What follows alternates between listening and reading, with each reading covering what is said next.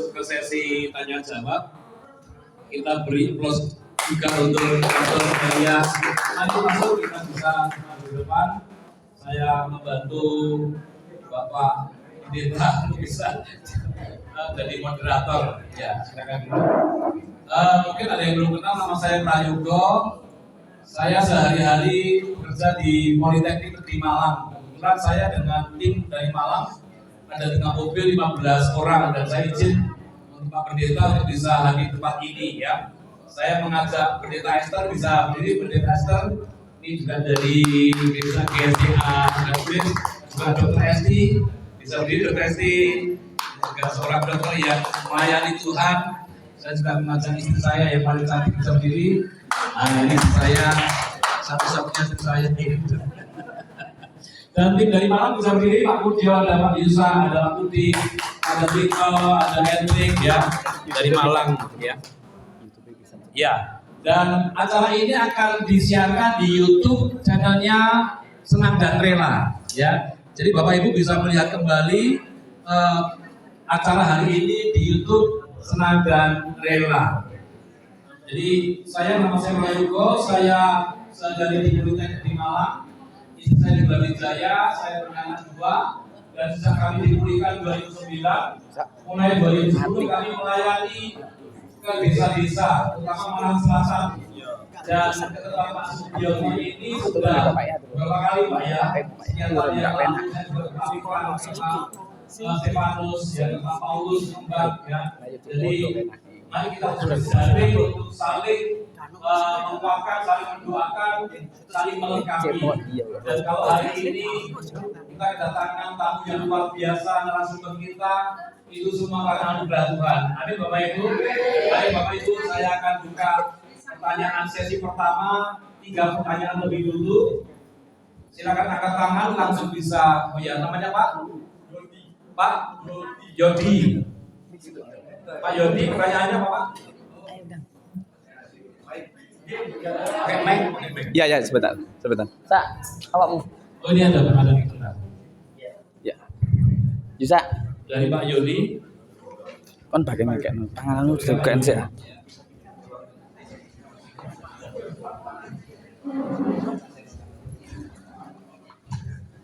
Selamat siang Bapak Ibu, Mas Dr. Elia.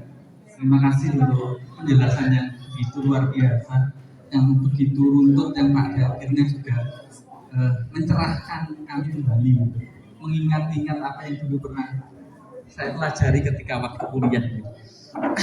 Perkenalkan, nama saya Yodi. Saya berpelayanan di GKJW Jemaat Wonosalam. Saya masih sangat muda, saya masih berumur 27. Pak Putih. Saya masih sangat muda. Ya, terima kasih. Ini yang selalu menjadi ini yang selalu menjadi pergumulan kami. Soal bagaimana ketika kami bisa menjelaskan tentang Trinitas. Nah, ngapunten nih meskipun tadi tidak sesuai dengan yang Pastor Elia sampaikan, tapi ini juga menjadi pergulatan kami. Karena pada akhirnya ketika ya tidak hanya jemaat dewasa, tapi terutama jemaat yang masih remaja, pemuda, seringkali bertanya dengan saya, Pak, bagaimana sih cara kami bisa menjelaskan Trinitas? Sedangkan kalau saya memahami Trinitas ini tidak bisa dijelaskan dengan cara hal-hal yang mudah. Misalkan Trinitas itu diandaikan seperti logam mulia, emas, perak, dan perunggu. Nah itu kan sama-sama, ya meskipun tiganya berbeda, ini sama-sama logam mulia, misalkan seperti itu ya. Tapi itu nanti pasti ada kelemahan-kelemahan ketika kita menjelaskan tentang hal itu.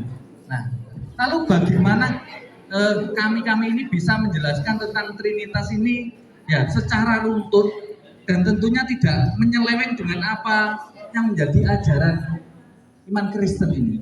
Terima kasih Mas Radia. Terima kasih Mas Yodi. Yang kedua ada yang Pak. Jangan Pak siapa Pak? Sa. Pak Edi. Sa. Monggo Pak Edi. Salam. Terima kasih Pastor Elia Mekon. Ya, saya bersyukur ya bisa ketemu langsung sama Pastor Elia Mekon. Saya Pak Edi dari Kediri. Ya. Dan saya tanyakan tadi pertemuannya luar biasa. Yang saya tanyakan ini, apakah harus Yesus ya? Mungkin orang-orang yang mencari Tuhan lewat petapa-petapa semuanya itu, apakah dia juga selamat? Yang saya tanyakan itu, bahkan tokoh-tokoh Abraham, Ishak, Yakub itu kan belum tahu waktu Yesus lahir, apakah dia juga selamat? Karena kalau tidak melalui Yesus tidak selamat. Inilah yang saya mengerti, Pastor. Terima kasih. Haleluya. Amin. Terima kasih Pak Edi. Pertanyaan yang terakhir sesi pertama ada Pak Ariadi. Mari Pak Ariadi. Mereka bisa dari malam ini. Singkat. Mas ya, makasih. Singkat. Maka saya namanya Pak Yadi, umurnya 73. Nah, saya luar biasa. Saya selalu mengikuti tayangan Mas Yadi ya, baik di YouTube Mohon yang lain bisa. Maupun di TikTok. Saya selalu berhati dengan khotbah panjenengan, utamanya dalam proses kepatan agama. Jadi Mas, jenengan saya amati Mas sangat luar biasa karena saya lihat bahwa apologi kita itu semuanya banyak yang tinggal di luar. Ya seperti Eji, seperti Sofiatur, Bogor itu tinggal di luar. Nah, jenengan sendiri sebagai apologi luar biasa masih itu taat atau bertempat di Indonesia. Pertanyaan Mas, apakah tidak ada intimidasi yang terima kasih ya? Jadi mungkin ini karena itu saya pertanyaan yang saya pertanyakan itu apakah saya tidak menerima ancaman-ancaman ya dari sana ya? Ya, terima kasih. Ya. Baik, teman-teman, sesi pertama dulu. Pastor, ini ada pertanyaan dari Mas Yodi. Bagaimana menjelaskan tentang diri kalau yang Bapak Edi ini? Apakah pertapa-pertapa juga selamat dan nabi-nabi pendahulu kita juga selamat karena mereka belum tahu Yesus? Dan yang ketiga, apakah ada ancaman-ancaman mungkin yang membuat Pastor Elia ini akhirnya kurang semangat atau bagaimana? Terima kasih. Ya, yang pertama yang harus saya revisi adalah jangan panggil saya pastor. Saya bukan pastor. Iya. Orang dengar yang pastor dari mana? Ya, apanya nama saya Elia? Saya tadi ada 27, saya masih 21. Ya, ya, jadi jangan panggil pastor ya Bapak Ibu ya. Karena saya belum pastor. Oke. Yang pertama tadi tentang bagaimana menjelaskan Tritunggal. Ini harus penting agar bisa mendengar. Karena tentang Tritunggal ini ada mis sedikit, ada mis seluruhnya.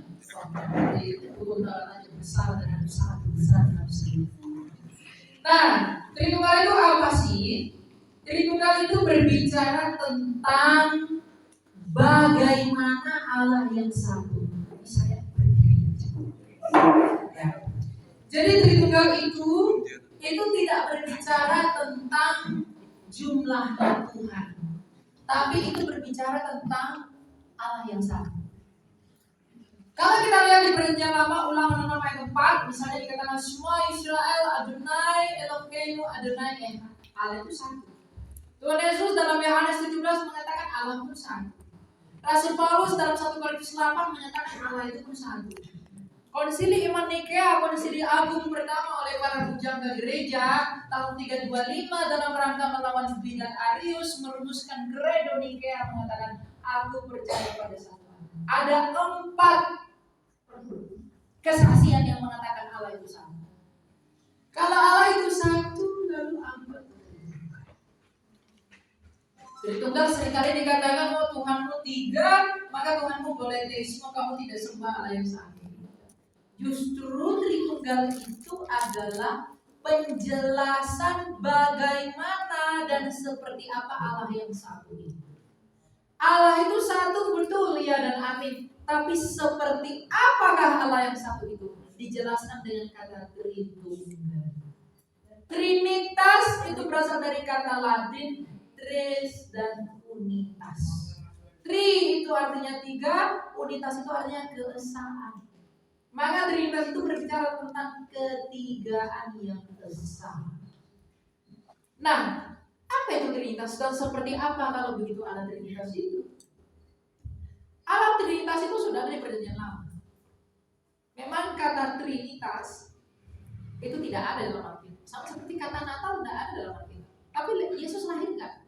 Nah, kelahirannya itu disebut dengan Trinitas tidak ada dalam Alkitab, tapi prinsip ajaran Trinitas ada. Dan inilah yang menjadi fondasi seluruh ajaran kitab suci. Kita mulai dari 1 Korintus 8 ayat 6. Ya. Apa ini perkataan Rasul Paulus? Rasul Paulus ini adalah rasul yang paling banyak dituduh mengatakan ada orang Kristen 3 oleh pihak-pihak sebelah. Tapi Rasul Paulus mengatakan dalam 1 Korintus 8 ayat 6, bagi kita hanya ada satu Allah, yaitu Bapa, yang dari Dia berasal segala sesuatu dan yang untuk Dia kita hidup, dan satu Tuhan saja, yaitu Yesus Kristus, yang karena Dia segala sesuatu telah dijadikan. Rasul Paulus mengatakan hanya ada satu Allah, yaitu Bapa. Oke. Allah itu satu, yaitu Bapa. Mengapa Allah itu disebut Bapa? Karena Dia adalah sumber dari segala sesuatu, kata Paulus, dan yang untuk Dia kita hidup. Nah, Sang Bapa ini tidak kelihatan, tidak terhampiri, tidak seperti apa-apa, dan tidak seperti apapun yang pernah dibayangkan manusia. Dia misteri di atas misteri. Dia tidak seperti apapun. Kristus mengatakan Ia adalah terang yang tak terhampiri. Jadi Sang Bapa ini tidak pernah dilihat, tidak pernah didengar oleh siapapun. Di dalam diri Sang Bapa ini, Dia memiliki logos. Bahasa Yunani logos artinya adalah ilmu, kecerdasan. Makanya teologi itu dari kata Yunani theos dan logos, artinya ilmu tentang theos. Jadi Allah itu memiliki pikiran, Allah itu memiliki firman.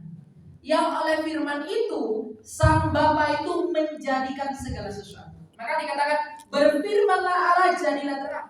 Berfirman itu kata kerja, kata bendanya apa? Firman. Berarti berfirmanlah Allah jadilah terang. Berarti Allah Sang Bapa menjadikan terang menggunakan firman. Dan oleh firman inilah Allah menjadikan segala sesuatu. Berfirman Allah jadilah terang, jadi terang. Berfirmanlah Allah jadilah ini semua jadi. Berfirmanlah baiklah kita menjadikan. Allah itu menjadikan segala sesuatu yang ada melalui firman yang ada dalamnya, melalui pikiran yang kekal.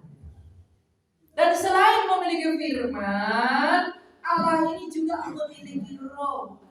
Yang oleh roh ini Dia menghidupi segala sesuatu. Ayub 33 ayat 4. Roh Allah telah membuat aku, dan roh Allah membuat aku hidup. Itu paralelisme Ibrani yang itu merujuk kepada satu roh yang sama. Jadi Sang Bapa, firman-Nya, pikirannya sendiri, dan rohnya sendiri. Bapa, firman, dan Roh Kudus, atau disebut Bapa, Anak, dan Roh Kudus. Mengapa firman ini disebut anak? Karena segala sesuatu yang dikehendaki Bapa itu dilakukan oleh firman itu. Yohanes 1:3. Ya. Yohanes 1 ayat yang ketiga dikatakan, segala sesuatu dijadikan melalui firman, dan tanpa firman tidak ada suatu pun yang telah jadi dari segala yang dijadikan.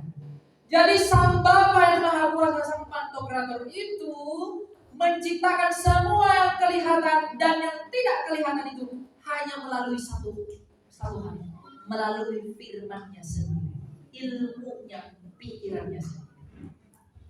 Jadi Bapa, firman atau anak, dan roh. Bapa, anak, dan Roh Kudus. Bapa, firman, dan Roh Kudus. Bapa, firman, firman-Nya sendiri dan Roh-Nya sendiri, itulah Tritunggal. Kalau Bapa itu adalah Allah, maka firman-Nya Bapa dan Roh-Nya Bapa pastilah Allah. Kalau tubuh saya manusia, pikiran, firman saya dan roh saya manusia, bukan? Tubuh saya, firman saya, roh saya, ada 3. Tubuh bukan firman, firman bukan roh, roh bukan tubuh. Ada 3 realita dalam diri saya, tapi hanya ada 1 hakikat, yaitu 1 manusia. Hanya ada 1 manusia, tapi ada 3 realita. Saya punya tubuh, saya punya firman, saya punya roh. Bedanya tubuh saya nggak bisa bicara dengan firman saya karena dia tidak hidup. Sedangkan firman Allah dan roh Allah itu hidup sebagaimana Allah. Makanya Bapa bisa mengasihi anaknya di dalam Roh Kudus, anaknya bisa mengasihi Bapa di dalam Roh Kudus. Roh Kudus itulah yang mencurahkan kasih Bapa kepada anak, dan Roh Kudus itu yang mencurahkan kasih dari anak kepada Bapa. Makanya ketika Yesus dibaptiskan ada Roh Kudus. Ketika Allah berkata, inilah anak yang kukasihi, kepadanya aku berkenan. Mengapa ada Roh Kudus di sana? Karena Bapa mencurahkan kasihnya melalui Roh Kudus ini. Jadi Bapa, Anak, dan Roh Kudus itu bukan bicara 3 Allah, itu berbicara tentang 1 Allah yang hidup. 1 Allah yang hidup yaitu Bapa, yang bisa mencipta oleh firman dan bisa menghidupkan oleh Roh-Nya yang kudus. Kalau Allah itu hanya 1, batu pun 1, apakah dia Allah? Kalau Allah itu hanya 1, botol ini pun 1. Tapi mengapa dia disebut layak sebagai Allah? Karena dia hidup, dia bisa menjadikan segala sesuatu oleh firman-Nya, dan dia bisa menghidupkan segala sesuatu oleh Roh-Nya. Karena Bapa, Anak, Firman, dan Roh Kudus, itulah Allah kita yang hidup. Itulah Allah Tritunggal. Dan siapakah Yesus itu? Yohanes 1:14. Firman itu telah menjadi manusia dan tinggal di antara kita, dan kita telah melihat kemuliaannya, yaitu kemuliaan sebagai apa?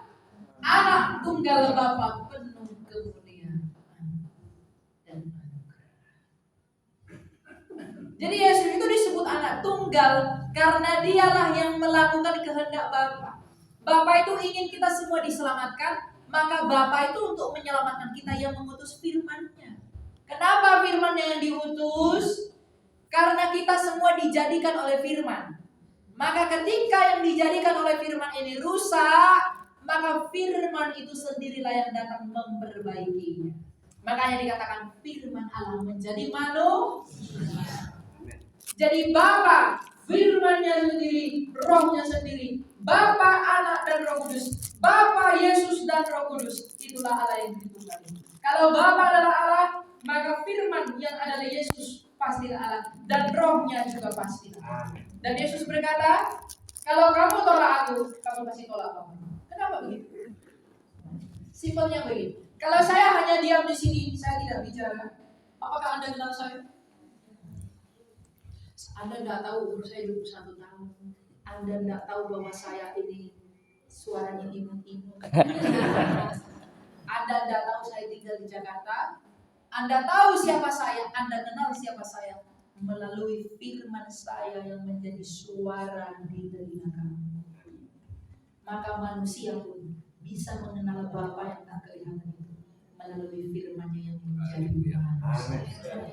Makanya Kristus mengatakan, akulah jalan dan kebenaran dan hidup. Tak seorang pun yang dapat datang kepada Bapa yang tak terhampir itu kalau tidak melalui aku. Yesus berkata, akulah firman, akulah sabda sang Bapa yang tak kelihatan itu, yang datang kepadamu dalam bentuk manusia agar engkau mengenal siapa Bapa-Ku itu. Maka Yesus berkata, barang siapa menyangkal anak, ia menyangkal Bapa. Sama seperti kalau kamu menyangkal suaraku, kamu pasti menyangkal aku. Kalau kamu menyangkal Yesus Kristus yang adalah firman Allah yang menjadi manusia itu, kamu menyangkal. Iman yang lain percaya firman Allah jadi buku, maka disebut kitab ini. Masa kita tidak bisa percaya firman Allah jadi manusia yang Amin, pasti. Ya kan? Mau dia jadi kedondong, mau dia jadi durian pun tidak masalah. Tapi untuk apa? Dia menjadi manusia, tujuannya adalah untuk memperbaiki manusia yang rusak. Manusia itu diciptakan oleh firman Allah, manusia itu rusak, lecet gambar. Nah, agar gambar itu kemudian bagus lagi, seperti kain ini, ya, ini kain ini ada cetakannya. Dan ketika cetakan saya ini rusak, yang saya cetak menurut cetakan ini rusak, dan ketika dia mulai pudar, cetakan ini saya tempel kembali agar dia baru. Nah, ketika manusia yang diciptakan menurut gambar Allah, siapa gambar Allah? Yesus. Itu rusak, maka gambar Allah itu yang datang menempel kepada manusia agar kita menjadi baru. Amin. Jadi itu Trinitas ya. Di Trinitas nggak bicara tiga Allah. Justru Allah itu bagaimanapun harus Trinitas. Kalau Allah itu tidak Trinitas berarti dia mati. Kita tidak menemukan Allah yang mati kan? Allah itu satu bukan?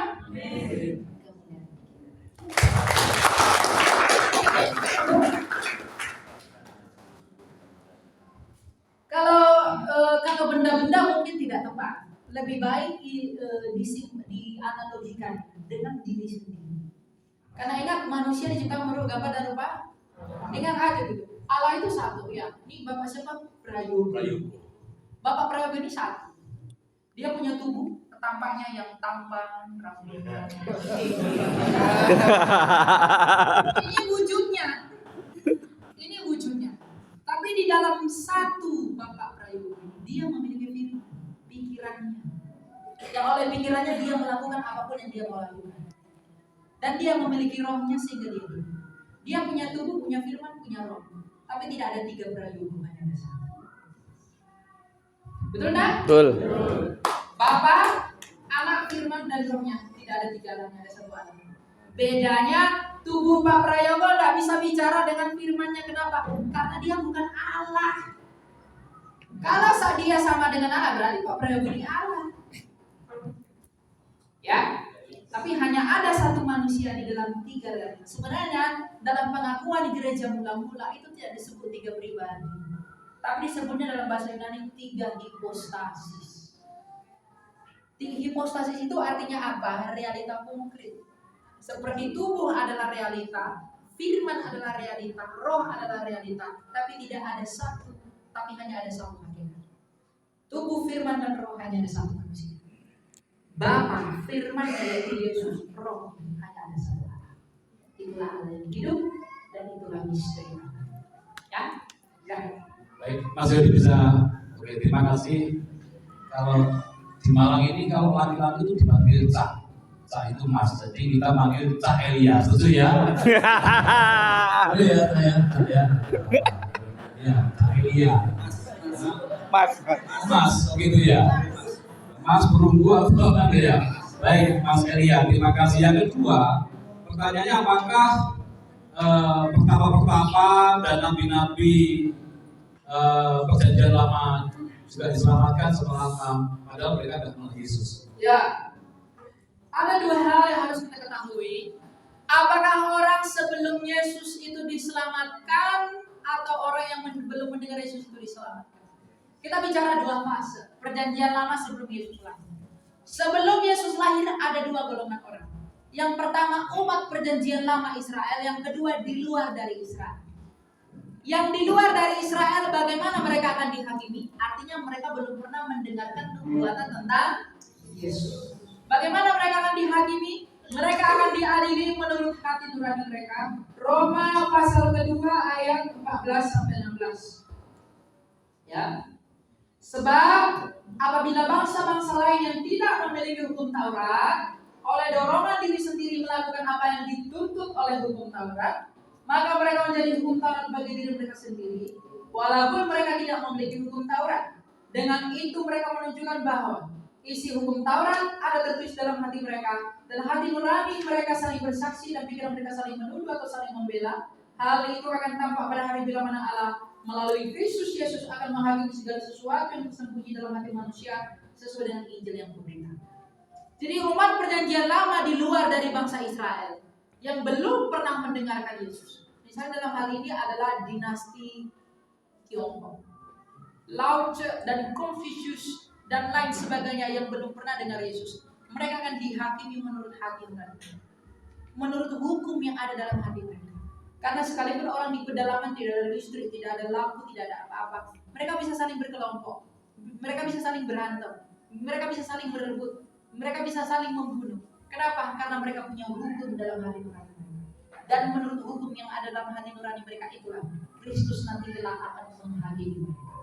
Masalah dia selamat atau tidak itu urusan Kristus. Tapi masalah dia selamat ataupun tidak itu pun tergantung pada Kristus. Sebab dia yang menghakimi. Makanya kata Paulus, nanti itu akan tampak pada hari bila mana Allah melalui Kristus Yesus menghakimi segala sesuatu. Nah, yang kedua mengenai bangsa Israel. Perjanjian Lama loh ya. Sebelum Yesus datang, bagaimana keselamatan orang-orang Israel? Sebelum Yesus Kristus datang, orang-orang Perjanjian Lama yang percaya akan nubuatan tentang kedatangan Yesus itu akan diselamatkan ketika Yesus itu datang pada hari kedatangan pertama. Jadi umat Perjanjian Lama sebelum Yesus datang, ketika mereka mati masih disimpan di dalam alam maut. Dan ketika Yesus memasuki kematian itu termasuk Adam, Hawa, dan sebagainya. Dan ketika Yesus mati, dia masuk ke dunia orang mati, dia menemui semua umat Perjanjian Lama itu, dia membebaskan mereka. Ketika Kristus menembus kematian, dia menyeret Adam dan Hawa, dia menyeret semua umat Perjanjian Lama yang percaya akan kedatangannya, dia bawa ke Firdaus. Kita buka Efesus pasal yang ke-4. Efesus yang ke-4 ayat yang ke-8. Itulah sebabnya dikatakan, tatkala ia naik ke tempat tinggi, ia membawa tawanan-tawanan, ia memberikan pemberian-pemberian kepada manusia. Jadi ketika Kristus masuk ke dalam kematian, dia menemui seluruh umat Perjanjian Lama, dia menemui Adam, dia menemui Hawa, dia menemui semua yang ditawan dalam kematian itu. Dan ketika ia masuk ke dalam kematian itu, dia merusak kunci kematian itu, lalu dia merebut kembali orang yang di dalam kematian itu. Ketika ia mengeluarkan diri dari kematian itu, dia menyeret semua umat Perjanjian Lama itu, dia bawa naik ke tempat tinggi, yaitu ke Firdaus. Jadi dengan demikian mereka diselamatkan. Nah, bagaimana dengan orang jahat setelah Yesus datang? Orang setelah Yesus datang akan diselamatkan melalui iman ke belakang. Umat Perjanjian Lama ini Yesus. Umat Perjanjian Lama beriman dengan nubuatan-nubuatan ke depan. Kita beriman ke belakang. Tentang dia sumber keselamatan. Jadi, kalau setelah Yesus datang, hal itu tidak berlaku. Kecuali setelah Yesus datang, masih ada yang belum dengar Injil, hati nuraninya akan menjadi dasar. Tetapi bagi orang yang sudah dengar Yesus, tetap tolak Yesus sampai mati, dia memuja Roh Kudus. Begitu ya? Dan petapa-petapa apa dulu ini? Petapa-petapa di Gunung Kidul kan? Kawi kan? Kalau petapa-petapa di monasteri, kalau kita lihat bagaimana kehidupan asketik yang dilakukan dalam rangka ortolatria, yang dilakukan oleh para bapak-bapak gereja, itu kehidupan bertapa untuk mencari kepuasan diri. Ingat loh, orang-orang bertapa itu kalau di luar Kristus dia bisa berbahaya. Kenapa?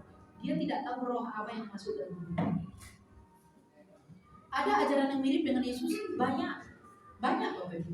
Tetapi ingat, meskipun ajaran yang mirip dengan Yesus, tapi itu tidak pernah lahir dari kesucian seperti kesucian Yesus. Sebab bukti bahwa orang itu suci, dia tidak di dalam kematian selama. Dan semua orang sampai hari ini masih dalam kematian. Hanya Yesus telah bangkit dari mati. Artinya banyak ajaran mirip seperti Yesus, tetapi tidak ada kesucian. Kesucian bukan sumber dari ajaran. Tapi Yesus mengatakan memberikan ajaran, tapi dia juga ada sekaligus yang suci, yang murni, yang terberkati. Sehingga dengan mengikuti dia, kita tidak hanya dituntut untuk hidup benar, tapi kita disucikan, dibenarkan. Kalau kita mengikuti ajaran yang mirip dengan Yesus, tetapi di luar Yesus, kita hanya mungkin hidup dengan benar, tapi kita tetap berjalan, kita berjalan karena kita tidak disucikan, karena kita tidak mengimani yang suci. Jadi petapa-petapa di luar Kristus itu, mungkin dia hidup baik di hadapan manusia, tapi dia tidak pernah disucikan. Sebab apa? Ajaran yang dia pakai bukan ajaran yang bersumber dari dia yang suci, tapi dari dia juga terang dan masih terang. Kalau Yesus sudah mati, tapi telah mengalahkan kematian. Ya. Baik, Pak Edi sudah menjawab. Terima kasih. Yang ketiga, Mas Elia. Karena saya pertama panggilnya Mas. Banyak apologet tinggal di luar negeri. Nah, ini Mas Elia ini Apakah nanti lama-lama juga Pindah. luar negeri? Apakah masih bertahan di Indonesia karena memang ya kita tahu ya bahwa ya ini adalah dunia begitu ya saudara. Ya, mengapa saya tetap tinggal di Indonesia? Dan saya pikir saya lahir di Indonesia, saya berhak di mata Indonesia. Dan saya lahir di Jakarta, saya besar di Tanah Batak.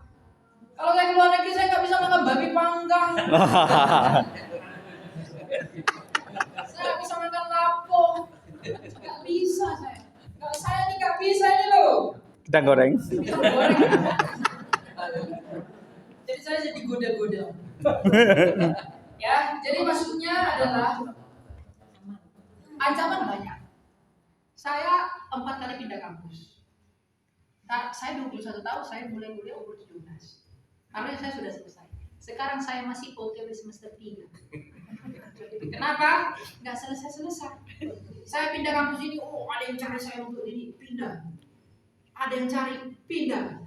Bahkan teman-teman sekampus saya, dosen saya sendiri, mau menyerahkan saya dengan memberitahu siapa saya di kampus.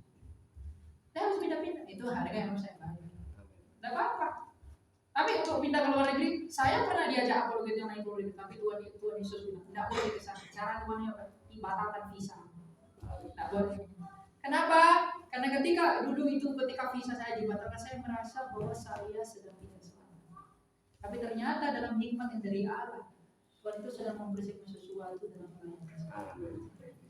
Membersihkan bukan sesuatu yang besar, tapi masih banyak pekerjaanmu di negaramu sendiri, ngapain kamu beli itu ya? Amin. Jadi ancaman ada, tapi di dalam Kristus itu ancaman penderitaan, penganiayaan dan bahkan kematian bukan hal yang perlu ditakutkan. Sebab sebagaimana para rasul telah rela mati dan dianiaya demi Kristus, maka kita pun harus sama dengan demikian. Kenapa? Kalau hidup adalah Kristus, maka mati adalah keuntungan. Amin. Semakin kita diperas, semakin kita ditekan, darah dan keringat dan air mata para martir. Saya belum martir. Itu akan menumbuhkan benih-benih. Amin. Seperti No Mention di Tanah Batak. Pada awalnya dia dijauhi kan, ada penginjil pertama itu dimakan oleh orang Batak. Orang Batak ini semua dimakan. Manusia pun dimakan. Waktu itu dibunuh itu para martir. Lalu darahnya mengalir deras. Sebelum mereka dieksekusi, mereka mengatakan, seperti derasnya darahku ini yang akan dibawa oleh adik rasulnya itu, seperti itulah benih gereja akan tumbuh di tanah. Dan sampai sekarang Tanah Batak itu mayoritas Kristen. Jadi jangan takut mati demi Kristus, jangan takut dianiaya, sebab ketika kamu teraniaya, ketika kamu tertundas. Matius 5, Kristus berkata apa? Apa kata Kristus tentang orang yang dianiaya? Berbahagialah kamu jika karena aku orang mencela dan menganiaya kamu serta menunjukkan segala fitnah kepadamu, bersukacita dan bergembira. Semua hal yang bersukacita disebutkan oleh Kristus. Karena umpamamu besar di surga, sebab zaman demikian juga telah dianiaya nabi-nabi yang sebelumnya. Tuhan Yesus mengatakan apa? Berbahagia. Bukan hanya berbahagia, bersukacita. Bukan hanya itu, bergembira. Sukacita, gembira, berbahagia, semua kebahagiaan batin disampaikan oleh Kristus ketika kamu teraniaya demi nama. Kalau Tuhanku mengatakan aku berbahagia, apakah pentingnya pendapat manusia? Kalau orang mengerutkan keningnya kepada kita, apakah pentingnya hal itu? Kalau Tuhan kita mengatakan berbahagia, kita berapologetika, saya berapologetika, mungkin Bapak Ibu lihat, saya bukan dengan menyerang ajaran mereka. Tapi ketika kita menjawab dan mengkomparasi dengan ajaran mereka panas, mereka tidak suka dan mereka ingin membungkam orang-orang yang mereka anggap mengganggu, menutupi, membongkar kebohongan mereka dalam tuduhan mereka terhadap iman kita. Ya, kalau mereka semakin panas seperti itu semakin menunjukkan kebenaran Yesus. Amin. Jadi tidak perlu takut. Tidak perlu takut. Kalaupun kita mati, tidak apa-apa. Matinya ya dong. Kematian itu bukan hal yang harus ditakutkan. Ingat, kalau kamu takut mati, iblis itu paling takut padamu. Itu yang paling iblis takut. Ketika kamu nggak takut mati, itu yang paling iblis takut. Kenapa? Karena kekuasaan Ibrani adalah kematian. Iblis itu menakut-nakuti orang dengan kematian. Tapi kalau kamu tidak takut kepada kuasa iblis itu, dia akan gemetar terhadap kamu. Bukan oleh karena kamu, tapi oleh karena Anda. Ya? Baik, terima kasih. Kita beri plus untuk sesi pertama dan sebelum sesi kedua sekali lagi terima kasih untuk Bilani lemah terus. Gusti nasib bales. Ya, terima kasih sekali lagi berkatnya Bilani berlimpah-limpah. Baik, yang pertama, monggo Pak sebelah ada 3 dulu ya. Monggo Pak, silakan. Bapak, silakan dulu. Oke, nama. Saya nggak basa-basi. Nama saya. Kayak saja orang Jawa, Usman. Umur 83 tahun, Pak. Manapun harus dituntut, Pak. Pertanyaan saya sebenarnya ini bukan pertanyaan saya, pertanyaan dari seberang. Salah duanya juga sudah saya informasikan ke Pak Yudo.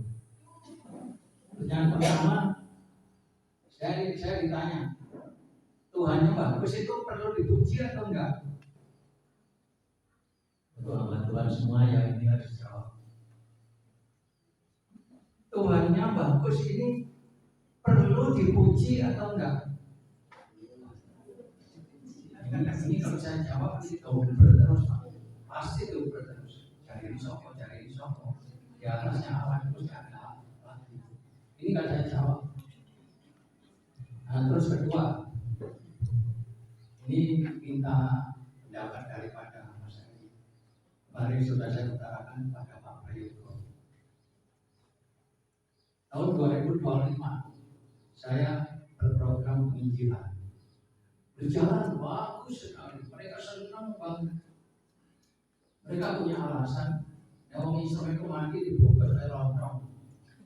Mereka masuk pergi ditambah, mau ketemu sama Allahnya. Nah ini mereka sendiri yang jawab. Nah ini juga saya akan tanyakan sama Mas Edi tentang yang satu ini.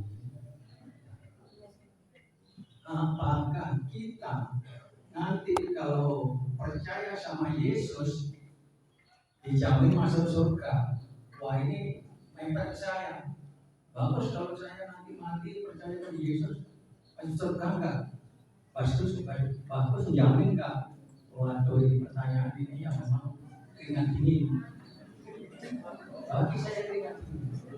Meskipun saya dijamin oleh Tuhan Yesus kalau mati masuk surga. Tapi kalau saya suruh jamin sama mereka ini, walau dari itu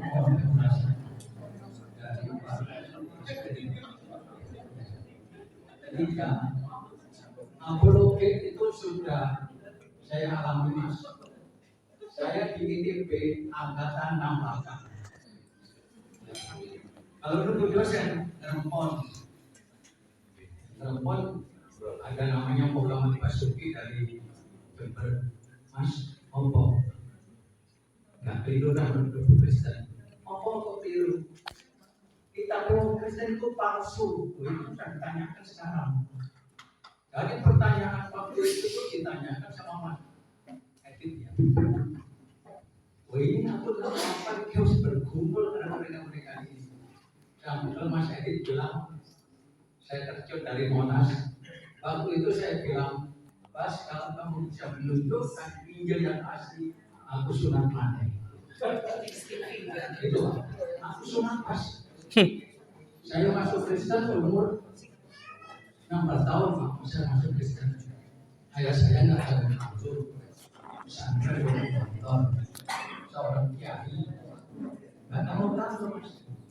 Tapi ayah saya mau kasih, Pak, bapak dari Gusti. Nah,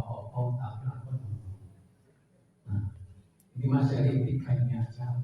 Nanti yang lain enggak kebagian. Terima kasih Pak Gus di belakang sendiri monggo. Cek belakang dulu, ya belakang dulu. Bahas sendiri yang tadi udah angkat tangan. Sebentar Pak Irman ya. Pak Irman yang ketiga. Semakin siang semakin banyak yang angkat tangan ini.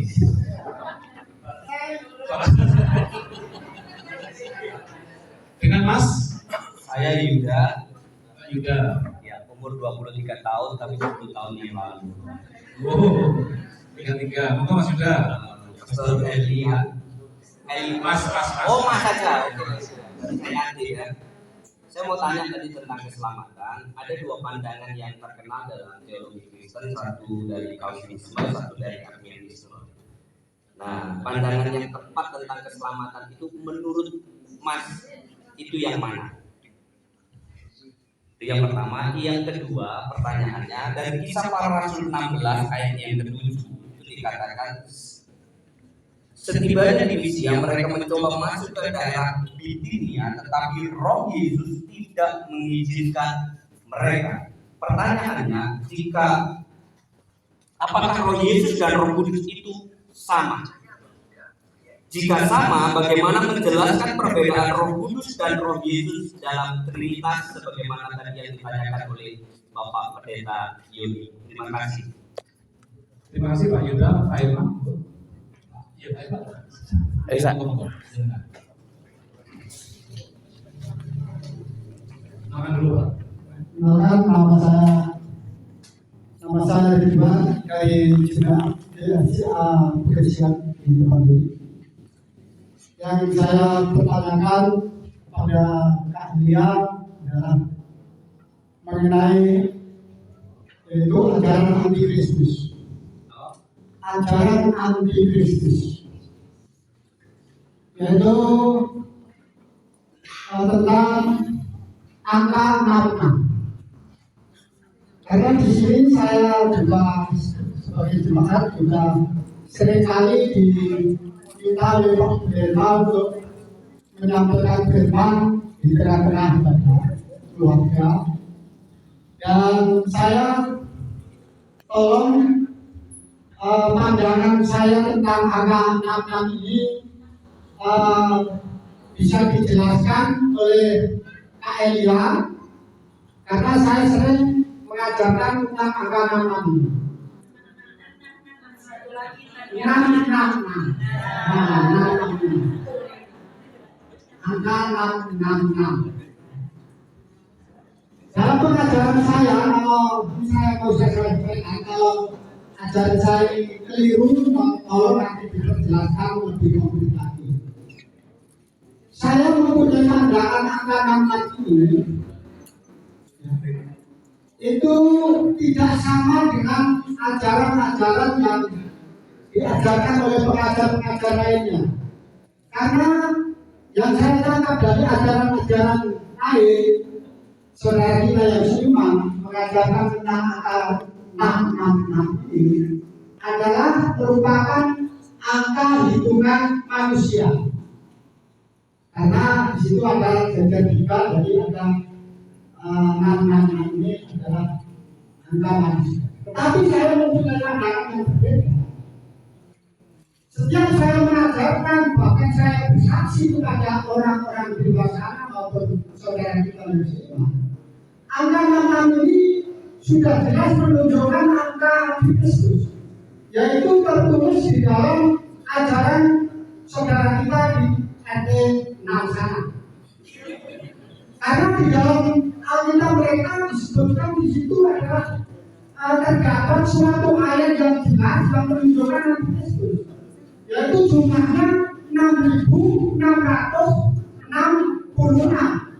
Nah, angka 66 itu kan dibatasi dengan titik. Jadi 6 yang pertama itu ada titik, berarti sudah berhenti. Dan berdasarkan angka 6.666. Nah, jadi saya mempunyai pandangan bahwasannya angka 66 ini bukan merupakan simbol chip yang akan dipasang di tangan setiap orang. Bukan merupakan bilangan-bilangan lainnya atau perusahaan-perusahaan yang mempunyai logo-logo itu yang akan muncul ajaran Kristus. Tapi menurut pandangan saya, angka 66 adalah sudah jelas bahwasanya ajaran mereka yang merujuk kepada antikristus itu. Ya, yang saya minta kalau pandangan saya ini layak diikuti, ini saya tolong diperjelas oleh Kak Hendra. Kalau memang pandangan saya yang mempunyai pandangan seperti ini keliru, ini tolong disalahkan. Di mana letak kesalahan saya dalam memberi pengajaran kepada jemaat, supaya dalam pengajaran saya ini tidak keliru berlalu-lalu. Karena kalau ajaran itu keliru akan menjerumuskan. Itu yang saya maksud. Jadi tolong diperjelas lagi tentang angka 66 ini. Masalah juga saya mempunyai pandangan ayat yang dalam Wahyu 18 yang itu ya di sana dikatakan bahwasanya ayat yang ke-17 Wahyu 13 ayat yang ke-17 di sana dikatakan bahwasanya dia tidak akan bisa membeli dan tidak akan bisa menjual. Nah, seperti pengalaman saya yang saya peroleh di suatu negara, di situ ada suatu negara yang mengharamkan suatu tempat. Di sebuah negara yang mengharamkan suatu tempat disebut suatu tanah haram, di situ Waktu Pak, durasi Pak, durasi. Yang lain antri Pak. Ya, durasi Pak, durasi. Ya. Ya. Terima kasih Pak Dirman, monggo. Mas Elia, yang pertama, Tuhan Yesus yang baik itu perlu dipuja atau tidak? Yang kedua, apakah orang percaya Yesus untuk masuk surga, dan kira-kira bagaimana? Jadi Mas Dirman tidak berani menjamin. Lalu dari Mas Yuda, keselamatan yang tepat itu ajaran siapa? Afinis atau yang lain? Lalu yang kedua, beda Roh Kudus dan Roh Yesus apa? Lalu lanjutannya. Ketiga, tentang 666. Mari silakan. Yang pertama, apakah Tuhan itu perlu dipuji atau tidak? Itu pertanyaan yang bergantung pada sudut pandang siapa. Apakah saya perlu misalnya yang haus perlu, yang tidak haus tidak perlu? Apakah manusia perlu puji Allah? Bagi Allah tidak perlu, tapi bagi manusia perlu. Ini tergantung dari sudut pandang siapa. Aku perlu memuji Allahku karena aku bersyukur Dia telah menebus aku. Tapi Allahku bukan karena Dia haus pujian maka aku memuji Dia, tapi aku memuji Dia karena aku mengasihi Dia. Karena kita membutuhkan pujian itu bagi pendamaian diri kita sendiri, bukan bagi Allah. Sama seperti air yang haus, air ini hanya dibutuhkan oleh orang yang haus. Air ini tidak dibutuhkan oleh orang-orang yang tidak haus. Maka pujian itu diperlukan oleh mereka yang jiwanya haus kepada Allah, sebab isi pujian adalah album dan mazmur kepada Allah. Tapi Allah tidak butuh itu agar Dia besar, sebab batu dan keledai di masa Bileam aja dia bisa ngomong. Batu-batu aja bisa ngomong kalau masalah puji-pujian. Jadi kalau orang dengar nyanyi-nyanyi dia pikir dia udah menyenangkan hati Tuhan, belum tentu. Hidupmu tuh perlu. Sebab keyboard pun bisa nyanyi. Ya? Tapi pujian itu keluar dari kita karena kita perlu pujian itu untuk mengalami hadiratnya Dia. Bukan karena Dia yang perlu kita, tapi karena kita perlu Dia di dalam kasih. Itu ya Pak? Jadi bukan karena Allah butuh pujian. Yang butuh pujian itu adalah mereka yang jiwanya haus kepada Allah. Tapi air minum ini hanya dibutuhkan oleh mereka yang haus. Dan ketika saya minum, dahaga saya hilang. Dan ketika saya memuji Allah, hati saya tenang. Itu ya? Oke? Ya. Lalu? Ketika ada orang yang bertanya kepada Pak Usman, apakah orang yang percaya Yesus itu masuk surga? Oh iya dong. Boleh memberi jaminan gitu. Nah, jaminannya apa gitu? Jaminannya adalah kematian dan kebangkitannya itu. Jaminan bahwa kita diselamatkan adalah Yesus Kristus telah hidup kembali dari kematian. Saya lupa berdiri. Jaminan bahwa kita kepastian keselamatan itu bahwa Yesus telah keluar dari kematian. Kristus berkata, barang siapa yang percaya kepadaku, ia berada di tanganku dan di tangan Bapakku. Ada 2 tangan yang menggenggam engkau. Siapa yang bisa merebutmu? Tidak ada. Tidak ada yang bisa merebut kita. Bahkan kematian pun tidak berkuasa merebut kita. Karena ia telah menginjak kematian itu yang adalah kuasa iblis. Iblis itu dipermalukan. Iblis itu berpikir dengan memenuhi, dengan mematok tumitnya Yesus melalui salib, mereka bisa mengalahkan Yesus. Tapi ternyata melalui salib itulah Yesus mempermalukan iblis. Dan karena iblis malu dengan salib, maka ia menciptakan fitnah Yesus tidak tersalib. Banyak orang berpikir bahwa Yesus itu tertutup dan memang ia tertutup, tapi orang berpikir bahwa dia lemah, pada sebabnya dia sedang menjadi jalan untuk kebenaran. Mengapa bisa seperti itu? Kejadian 50 ayat 20. Mengapa bisa seperti itu? Mengapa Allah bisa membalikkan hal-hal yang seperti itu? Kejadian 50 ayat 20 kita bersama. Ayat 20. Memang kamu telah merencanakan yang jahat, seperti iblis merencanakan yang jahat untuk menyalibkan Kristus, ya, terhadap aku. Tetapi Allah telah merencanakannya demi kebaikan untuk mewujudkan apa yang terjadi sekarang ini, yakni memelihara hidup banyak orang. Ini nubuat tentang Yesus. Orang-orang itu merencanakan yang jahat terhadap Yesus, bahkan iblis merencanakan hal yang jahat terhadap Yesus. Iblis merasa dia bisa merenggut Yesus dalam kuasanya di dalam kematian. Tapi melalui cara yang sama, Allah bisa melakukannya demi kebaikan manusia. Mengapa Allah bisa lakukan itu? Jangan tanya, karena dia adalah Allah. Ya? Jadi kami katakan apakah kepastian ada dalam Yesus? Bukan hanya kepastian, sangat pasti. Sebab apa bukti bahwa dia pasti? Dia telah mengalahkan kematian. Justru sebenarnya yang tidak pasti itu yang berusaha janji-janji surga, tapi hari ini belum ada di surga. Yesus mengatakan tak seorang pun yang dapat datang kepada surga selain daripada dia yang telah turun dari surga. Mengapa Yesus ketika turun dari surga bukan dalam wujud manusia, tapi dia kembali ke surga dalam wujud manusia? Mengapa dia kembali ke surga dengan tubuh manusianya? Mengapa dia kembali ke surga dengan tubuh kemuliaannya? Mengapa ia kembali ke surga dengan kemanusiaannya? Agar ia membuka jalan bagi manusia agar bisa hidup di dalam surga. Sehingga kalau dia tidak menjadi manusia, kita manusia ini tak akan bisa ke surga. Sebab ketika dia menjadi manusia, itulah manusia Yesus Kristus yang mulia. Dia membuka gerbang, dia membuka jalan untuk bisa ke surga. Maka semua manusia pun yang percaya kepada dia, yang mengikut dia dapat mengalami surga. Ini kepastiannya.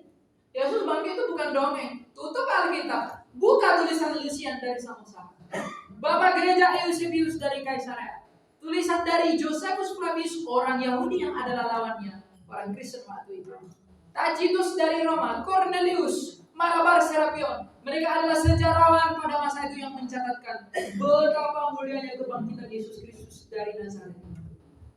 Jadi ketika dia bangkit dari mati, itu bukan hanya kepastian, sangat pasti. Karena kita ingin digenggam, kita ingin memiliki ketidakpastian oleh karena kematian. Jadi ragukanlah nabi yang masih mati sampai hari ini. Ragukanlah dia yang disebut guru tapi masih mati sampai hari ini. Sebab ia tak dapat menyelamatkan diri sendiri. Bagaimana ia mungkin dapat menyelamatkan engkau dan saya? Tapi Yesus Kristus telah menyelamatkan dirinya. Ia membuktikan, akulah kebangkitan dan hidup. Barang siapa yang percaya kepadaku, ia tidak akan mati, ia akan hidup walaupun ia sudah mati. Dan Yesus Kristus itu tidaklah seorang pendusta. Dia adalah seorang yang jujur, yang benar, yang adil dan yang setia. Dia membuktikan sabdanya dengan mengatakan, akulah kebangkitan dan hidup. Ia membuktikan bahwa dia adalah kebangkitan dan hidup dengan mengalami kematian, agar ia bisa membuktikan bahwa ia adalah sang kebangkitan.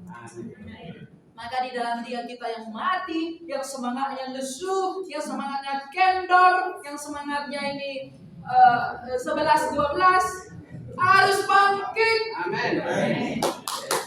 Ya. Yang kasihnya padam, pengampunannya padat. Radikal dalam Yesus itu bukan radikal memusuhi orang. Kamu lihat orang nggak percaya Yesus, lalu kamu beradikal, oh saya benci dia. Justru kalau kamu semakin radikal dengan Yesus, kamu akan semakin merangkul orang yang belum percaya. Amin. Karena kita diajarkan kasih. Martir dalam orang Kristen, martir dalam iman Kristen bukan membunuh orang, tapi rela untuk dibunuh. Itu beda. Ya. Lalu Terima kasih. Yang kedua, keselamatan yang tepat itu ajarannya siapa? Calvinis atau yang lain? Lalu yang kedua, bedanya Roh Kudus dan Roh Yesus. ya, pandangan Calvin dan Arminian itu adalah pandangan yang memang bermuara dalam aliran arus utama Protestantisme. Calvinis itu diinisiasi oleh John Calvin dan Arminian juga oleh tokoh yang berbeda, Arminian. Nah, mereka melahirkan pandangan teologi yang berbeda. John Calvin mengatakan keselamatan tidak bisa hilang. Arminian mengatakan keselamatan bisa hilang. Mana yang benar di antara keduanya? Kalau ditinjau secara pasti, keduanya sama-sama memiliki kecacatan. Oleh karena itu saya tidak akan memihak siapapun dalam hal ini, tapi saya bawa pandangan gereja mula-mula bahwa keselamatan itu memang tidak bisa hilang. Keselamatan tidak bisa hilang, tetapi kita hanya meninggalkan keselamatan. Seperti kue ini, ketika dia tetap di sini, kue apa namanya? Lapis. Kalau dia tetap di sini, dia tetap di dalam wadahnya. Tapi ketika dia pergi meninggalkan wadahnya tidak hilang, dia yang hilang. Yesus Kristus yang adalah sang keselamatan itu tetap ada sampai hari kiamat. Dia tak akan hilang. Tapi ketika kamu keluar dari dia, kamu tinggalkan kamu yang kehilangan dia. Karena hidup ada di dalam dia, maka ketika kamu meninggalkan Kristus, maka kita meninggalkan hidup. Jadi keselamatan tidak bisa hilang, makanya Alkitab berkata setialah setia. Amin. Setialah sampai mati. Kalau kita setia sampai mati, pertobatan kita itu nggak ada yang sempurna.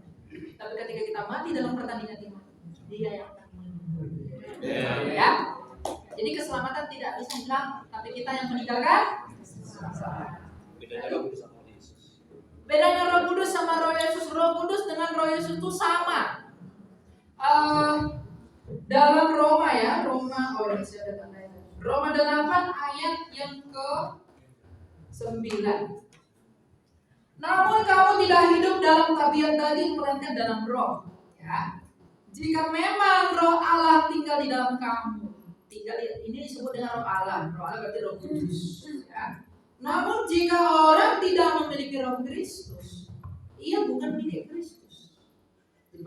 Namun jika Kristus di dalam kamu, tubuh memang mati karena dosa, tetapi roh adalah kehidupan oleh karena kebenaran. Jika roh dia di sini rohnya Bapa, berarti rohnya Allah, yang telah membangkitkan Yesus dari antara orang mati, tinggal di dalam kamu, maka ia yang telah membangkitkan Kristus dari antara orang mati akan menghidupkan juga tubuhmu yang fana itu oleh rohnya. Dan dia tadi dikatakan roh Kristus tinggal di dalam kamu. Sekarang ia mengatakan rohnya yang membangkitkan Kristus itu yang tinggal di dalam kamu. Artinya dia menyamakan roh Kristus dengan roh Allah. Itu perkataan siapa? Bukan perkataan Elia Mayer, perkataan Rasul Paulus. Jadi roh Kristus dengan roh Yesus apakah sama? Roh Yesus, roh Kristus, roh Allah, roh Kudus itu hanya ucapan yang berbeda-beda tergantung subjek yang sedang ditekankan oleh Rasul. Tapi hakikatnya Allah Sang Bapa dan roh Yesus dan Yesus Kristus memiliki hanya satu hidup, Roh Kudus. Karena roh Allah adalah hidupnya Allah, maka karena Bapa itu adalah Allah, maka firman yang di dalam Bapa itu. Kalau hidupnya Bapa adalah Roh Kudus, maka hidupnya firman yang di dalam Bapa itu pasti Roh Kudus. Jadi roh Allah dengan Roh Kudus itu sama atau tidak? Sama. Itu tidak beda, ya. Kalau beda jadi rusak nanti Alkitab. Oh 666, ya tadi saya dengarkan 666 itu lebih kepada sebelah karena jumlahnya 6.660. Tapi kalau Anda belajari tadi Bapak siapa? Pak Ridwan. Di dalam iman mereka pun jumlah kita mereka bukan hanya 6.666 karena berbeda-beda. Yang di beberapa negara bagian tertentu jumlahnya berbeda-beda. Jadi kalau mereka bilang kitab kalian direvisi, kitab kan nggak pernah berubah, kitab mereka paling banyak berubah. Ya, Nanti saya nggak perlu bahas di sini karena itu nggak urusan kita. Tapi kalau dalam dialog lintas iman, dalam rangka mengkomparasi itu penting. Karena kita harus menggunakan standar yang sama kepada mereka. Jadi ketika mereka katakan kita mau diubah-ubah, Injilmu sudah dipalsukan, mana yang asli? Jadi cuma bisa nuduh tapi tidak bisa buktikan bahwa itu nggak lebih dari seorang anak kecil yang tidak tahu apa-apa. Nah, jadi kalau ditafsirkan 6 itu merujuk kepada mereka, memang mereka itu adalah antikristus. Ketika mereka menolak Kristus, tapi sang 666 itu bukan dia. Siapakah dia? Rasul Yohanes mengatakan ia dari kita sendiri. Ia berasal dari orang Kristen sendiri. Berbicara tentang 66 itu ada di Wahyu pasal yang ke-13. Pasal 13 ya teman-teman sekalian. Binatang yang keluar, oke ya. Wahyu 13 ayat yang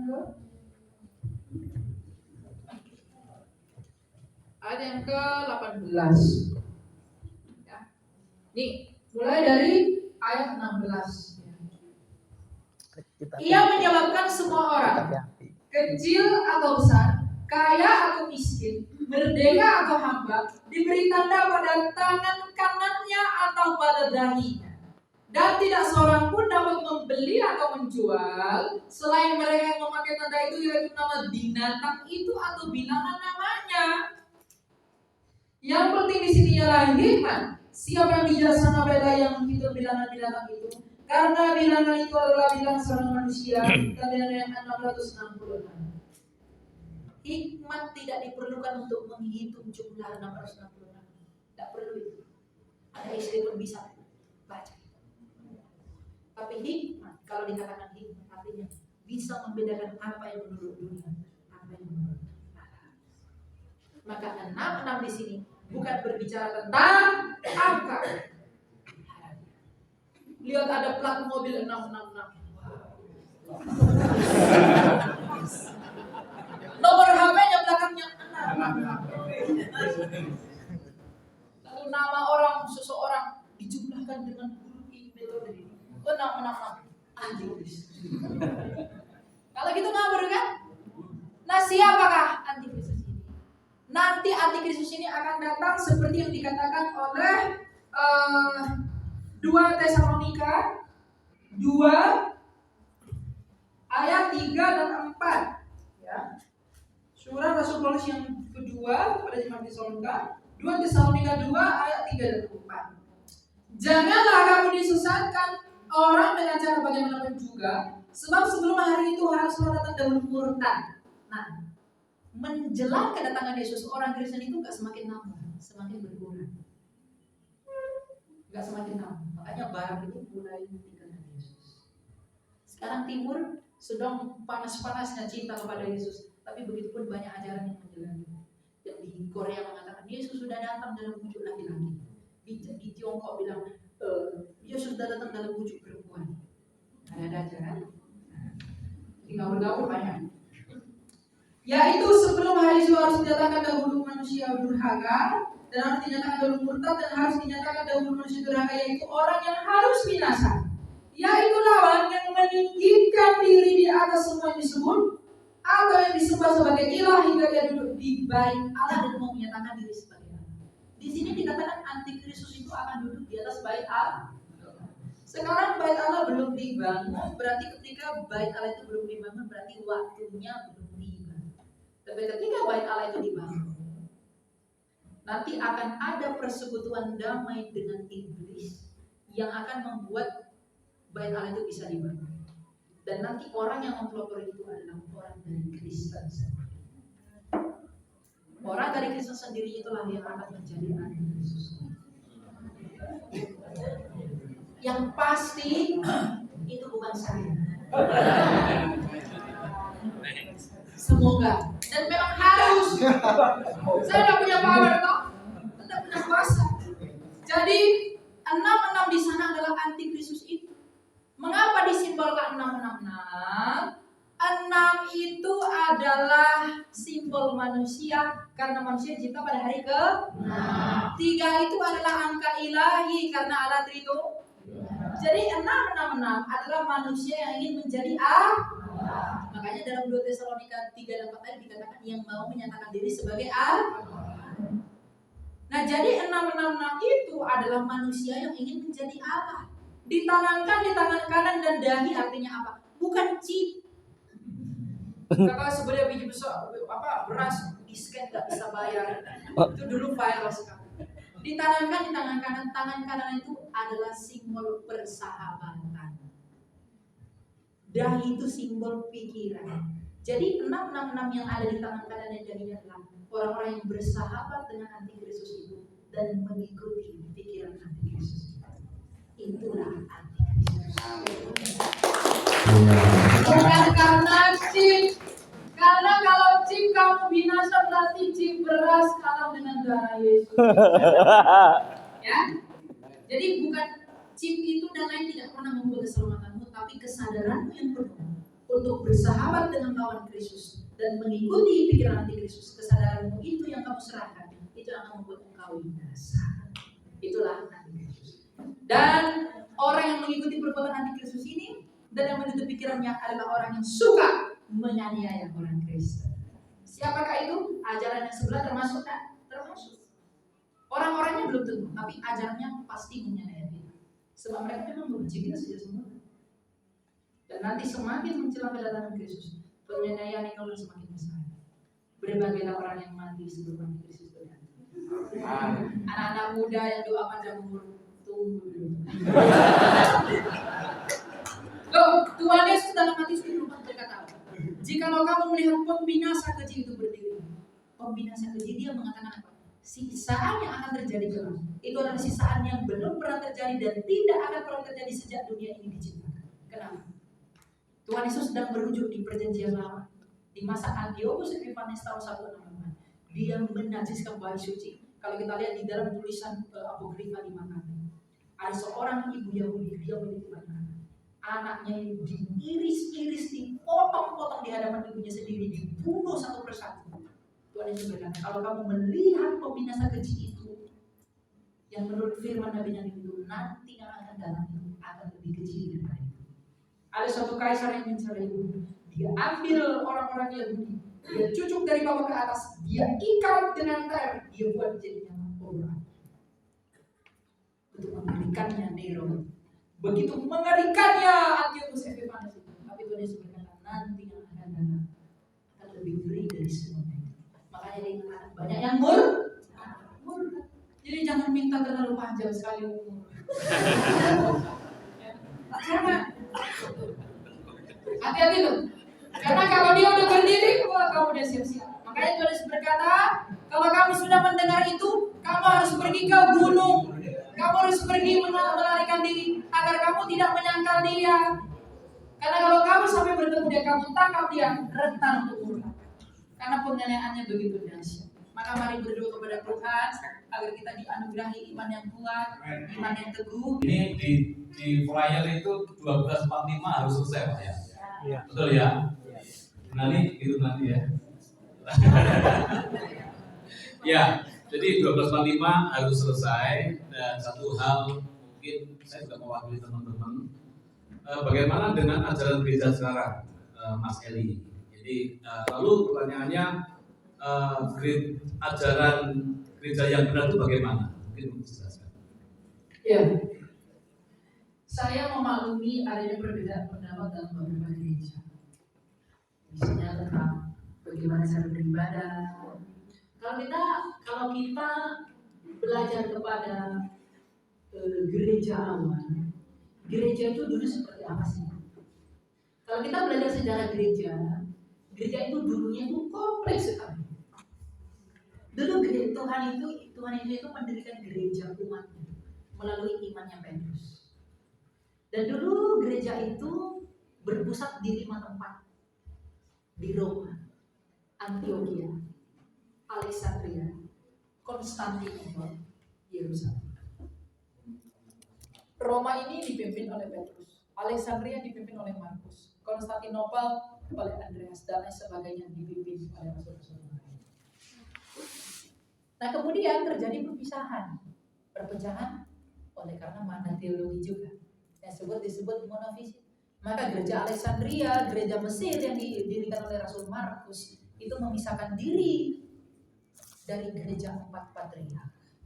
Kemudian tahun 1054 terjadilah skisma besar. Ada perbedaan pandangan besar antara timur dan barat.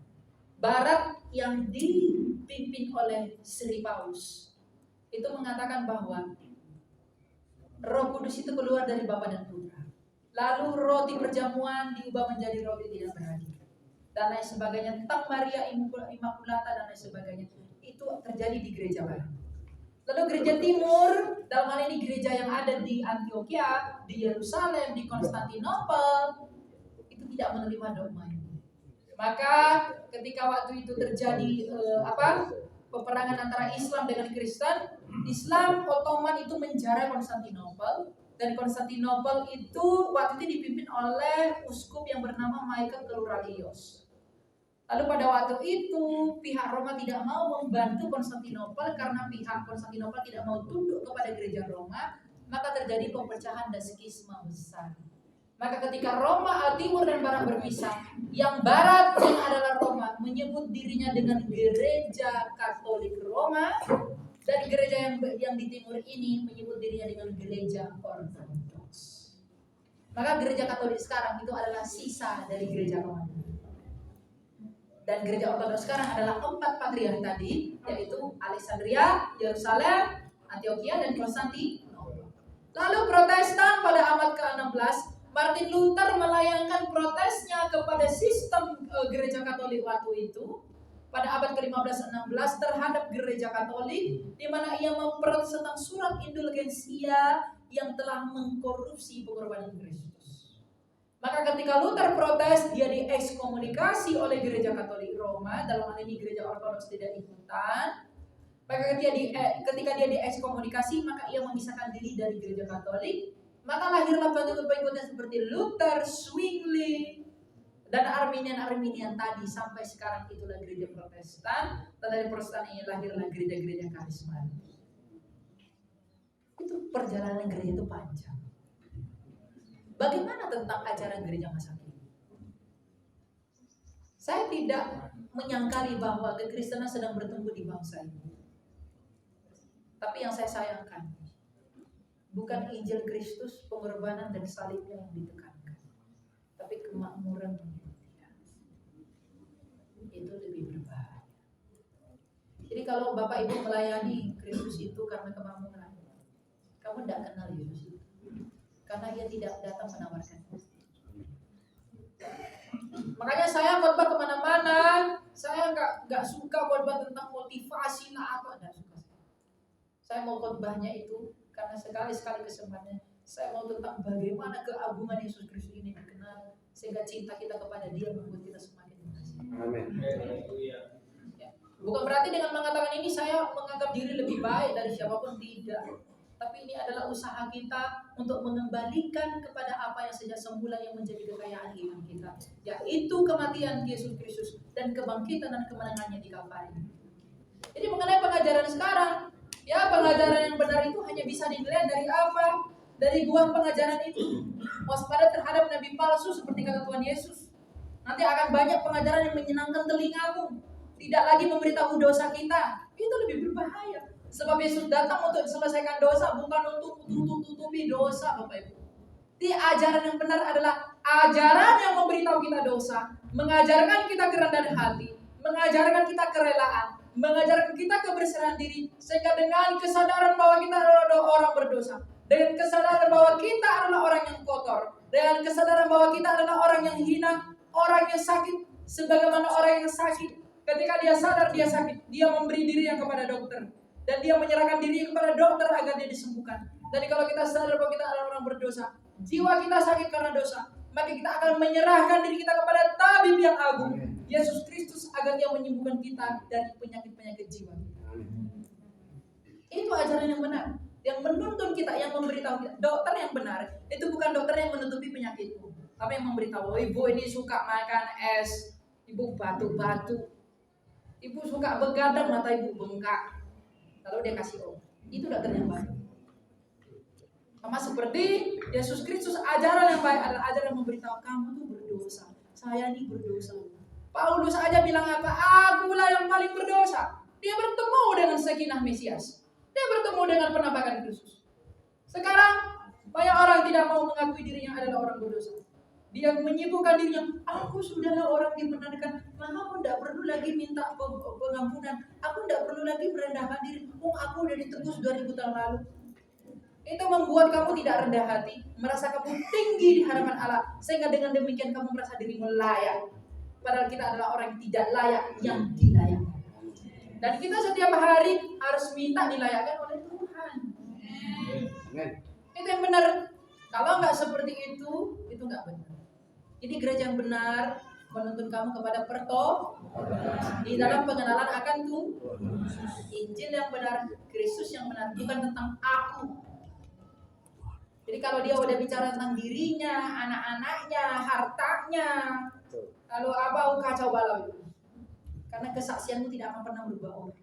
Yang merubah orang itu adalah kasih dan anugerah. Ada orang mengatakan, kesaksian kita itu merubah orang. Emang kesaksianmu itu berkuasa apa? Yang bisa merubahkan orang adalah kesaksian dari Roh Allah. Yang bisa. Ketika dia mengatakan, aku bersaksi agar aku mengubahkan kamu. Oh, siapa saya yang susah orang berdosa? Siapa kamu orang berdosa juga? Yang mengubahkan orang itu Roh dari Allah. Kalau Roh Allah tidak menaunginya, kamu kasih pun pengetahuan tentang Alkitab sebanyak apapun, dia tetap tak mentah. Harus Roh Allah yang menganugerahi dia kerendahan hati. Maka mari meminta kerendahan hati, kerelaan dan keberserahan di agar kita menjadi milik Kristus. Dengan demikian kita mengikuti ajaran yang benar. Kalau ajaran kita benar, maka kita pun menyembah Dia dalam roh dan kebenaran. Dan ketika demikian kita pun akan hidup dalam surga. Ya. Kita beri tepuk tangan 12.55, jadi kita kelebihan 10 menit begitu ya. Baik, kita akan bangkit diri. Saya minta pendeta Paulus untuk bisa maju ke depan untuk kita berdoa, makan sekaligus doa berdoa. Kita bangkit diri Bapak Ibu. Pak Paulus, Ketua Bapak.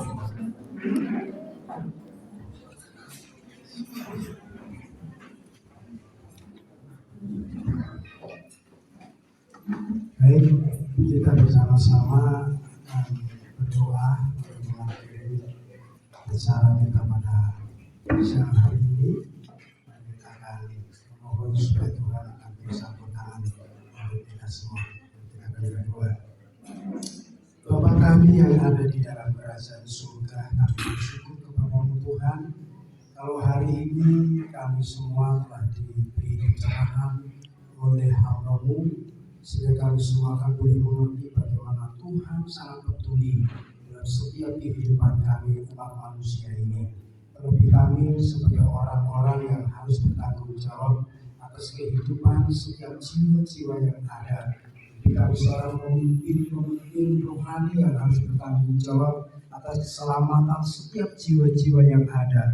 Terima kasih Tuhan untuk setiap kebenaran firman-Mu yang telah diungkapkan oleh hamba-Mu. Kiranya Tuhan Kau akan terus memeteraikan di setiap hati dan pikiran kami, agar kami semua boleh tetap membawa dan kami semua akan tetap ada di dalam panggilan Tuhan, ada di dalam hadirat Tuhan, sehingga kemuliaan Tuhan akan senantiasa kami bawa dimanapun kami berada. Itulah sebabnya Bapa, kami bersyukur hari ini adalah hari yang sangat berbahagia untuk kami bisa mendengar dan kami bisa bertemu dengan hamba-Mu Mas Elia Mirot, sehingga kami semua boleh diberikan kesempatan untuk mendengar setiap apa yang saat ini sedang hamba-Mu disampaikan, untuk memberikan pendewasaan dalam rohani kami, untuk memberikan pencerahan, pengertian Alkitab yang membuat kami akan lebih dalam dan lebih sungguh-sungguh lagi mencintai dan mengasihi Engkau. Kami akan boleh ada sesuatu yang indah yang datangnya dari Tuhan, sehingga kami sampai di rumah kami masing-masing, kami dalam keadaan sukacita. Terima kasih Bapa, terima kasih Tuhan Yesus. Memberkati hamba-Mu untuk pagi ini. Amin. Ayo. Tuhan, Shalom saudara. Bapak Ibu selalu duduk, Bapak Ibu Silakan duduk. Yang rumahnya jauh mau pulang dulu silakan. Tapi yang masih mau stay, masih mau bertanya, silakan juga sebab Elia pesawatnya jam 6. Jadi masih ada waktu. Sini ke Juanda sekitar 1 jam.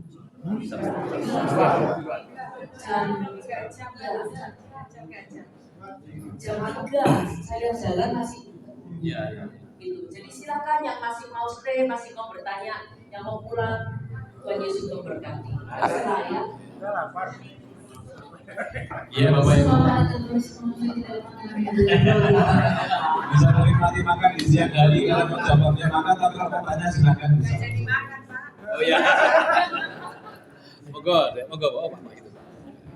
Saya mau tanya sebentar satu saja, menyita waktunya ya.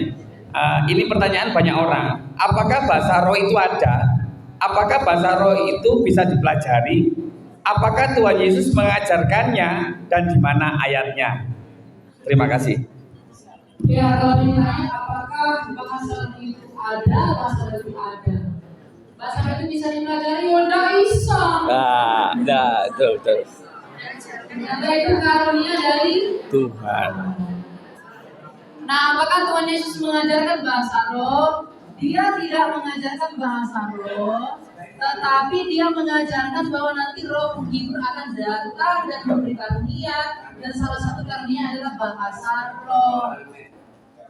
Nah, bahasa roh itu seperti apa? Bahasa roh itu ada 2 macam. Ada seronalia yang seperti di Kisah Rasul 2, itu bahasa-bahasa asing. Tapi ada juga bahasa yang tidak ada di dunia ini, yaitu bahasa roh yang harus ditafsirkan. Jadi bahasa roh itu harus ditafsirkan. 1 Korintus 14 ayat 13. Kalau kita berbahasa dengan bahasa lidah, kita harus meminta kepada Tuhan agar kita diberi pengertian agar kita bisa menafsirkannya. Kalau kita tidak bisa menafsirkannya, kata Rasul Paulus, janganlah kita berbahasa roh di dalam gereja.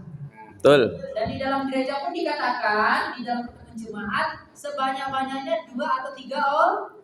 Dan itu pun harus bergantian. Nanti baca 1 Korintus 14.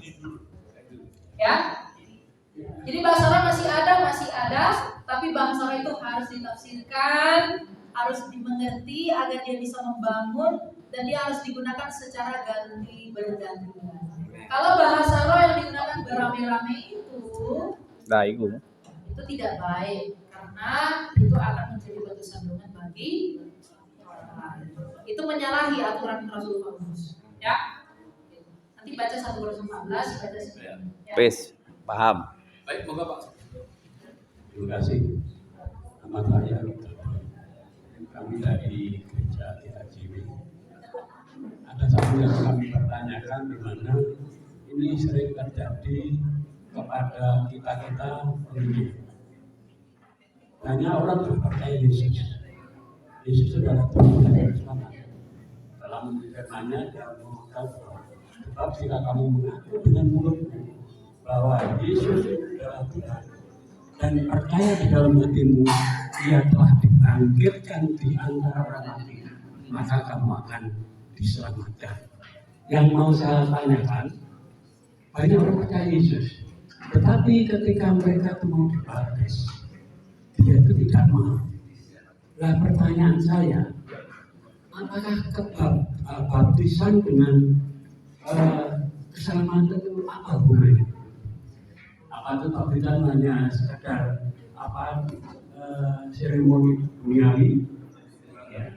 Dan kami mohon dijelaskan supaya bapak-bapak yang mungkin sering juga menghiburi, tetapi mereka ditolak untuk baptis. Oke. Ya, bagaimana orang mengaku percaya Yesus tapi dia menolak untuk dibaptis, artinya dia berbohong. Dia bukan percaya. Memang banyak seperti itu, orang dari seberang mau percaya Yesus tapi tidak mau, aku tidak mau dibaptis. Berarti dia nggak percaya sepenuhnya. Dia percaya setengah-setengah. Karena kalau dia tidak mau dibaptis, itu adalah bukti bahwa dia tidak percaya. Kalau dia memang percaya Yesus, dia harus percaya kepada perintahnya. Apa perintahnya? Baptis itu bukan sekedar kamu ditenggelamkan Ada misteri yang tidak kelihatan dan terjadi di sana.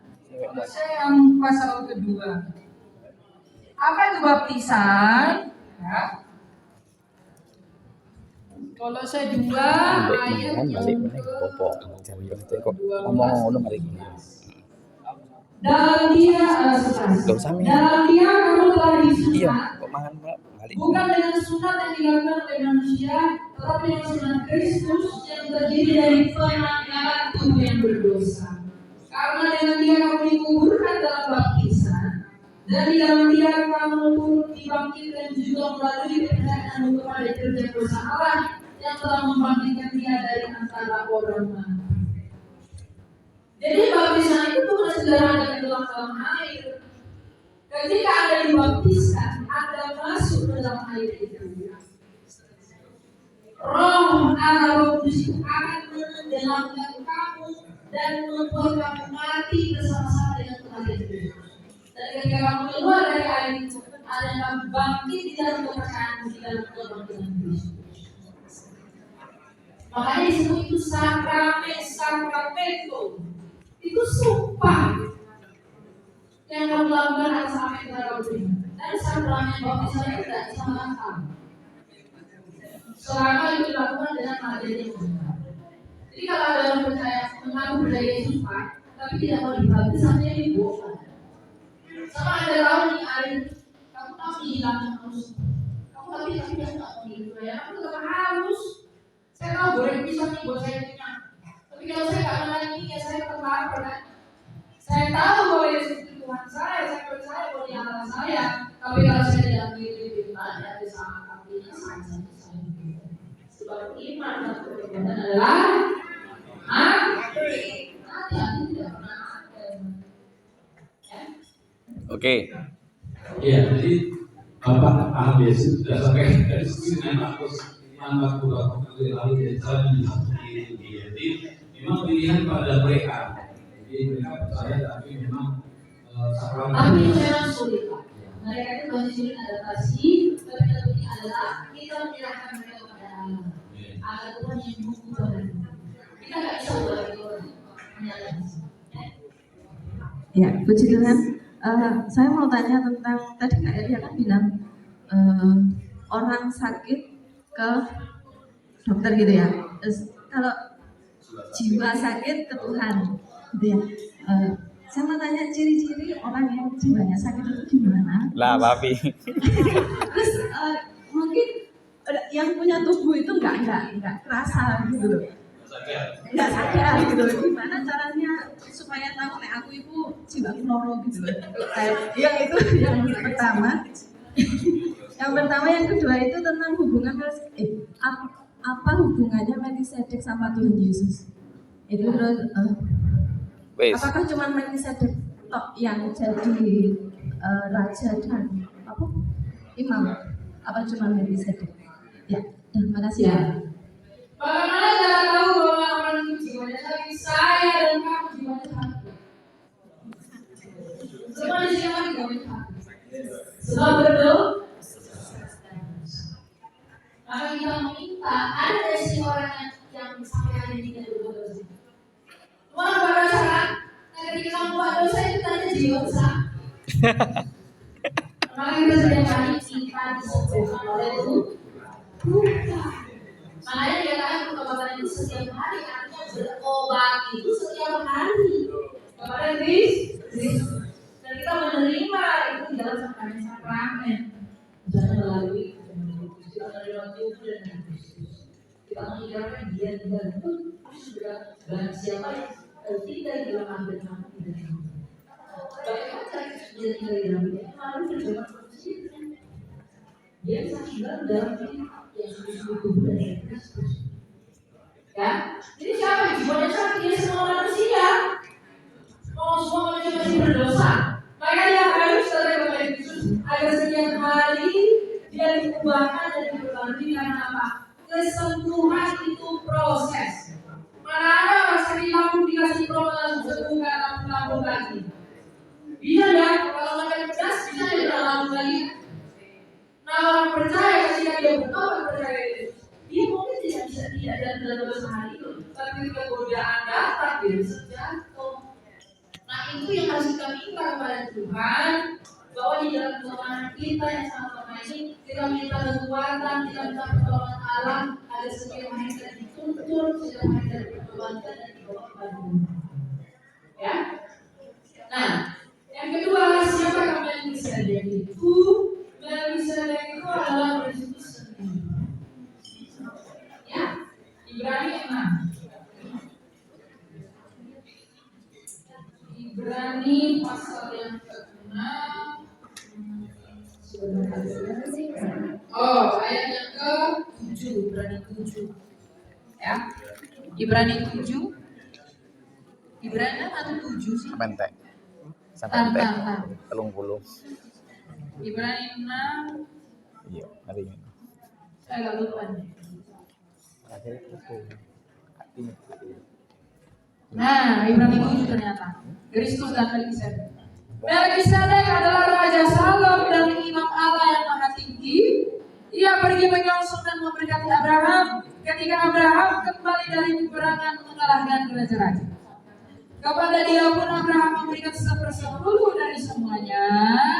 Nama Melkisedek pertama-tama berarti Raja Kebenaran. Siapakah Raja Kebenaran? Yesus. Dan juga Raja Salem, yaitu Raja Damai. Siapa Raja Damai? Yesus. Ia tidak berbapak, ia tidak beribu, tidak bersilsilah, harinya tidak berawal. Siapakah yang mengatakan Alfa dan Omega? Yesus. Dan ia dijadikan sama dengan anak Allah. Ia tetap menjadi imam sampai selama-lamanya. Kalau ia menjadi sama dengan anak Allah dan ia tetap menjadi selama-lamanya, kalau ini bukan Yesus Kristus sendiri, berarti ada dua imam. Betul? Kalau Melkisedek bukan Yesus, lalu Melkisedek imam untuk selama-lamanya dan Yesus imam untuk selama-lamanya, berarti ada dua imam. Sedangkan Alkitab berkata, kalau Allah itu esa, maka esa pula lah pengantara kita, yaitu imam besar agung Yesus Kristus. Jadi Melkisedek ini adalah Yesus sendiri, dan Melkisedek inilah yang menemui Abraham dalam teofaninya, dalam penampakannya. Makanya Yesus pernah bilang begini, Abraham bersuka cita karena ia melihat hariku. Kapan Abraham melihat hari Yesus? Ketika dia dalam rumah Melkisedek menemui Abraham. Sebelum Abraham aku jadi Melkisedek itu adalah teofaninya Yesus Kristus sendiri, yang tidak lain adalah penampakan Sang Firman dalam rupa Melkisedek. Ya, adalah Kristus sendiri. Ya. Ya. Yo, masih gue. Ya. Lalu selesai. Nama saya Christian Bugeli. Saya bekerja di Jakarta. Menurut yang diceritakan kita tahu bahwa dari awal kelahiran Kristus sampai dengan masa dibaptis hingga salib kita sudah tahu semua. Dan yang saya tanyakan adalah masa hidup yang tidak diceritakan di dalam Alkitab atau yang sering disebut tahu dengan yang berlangsung pada usia 12 hingga 30 tahun. Lalu sebenarnya gimana masa remaja Yesus? Dan ini adalah satu yang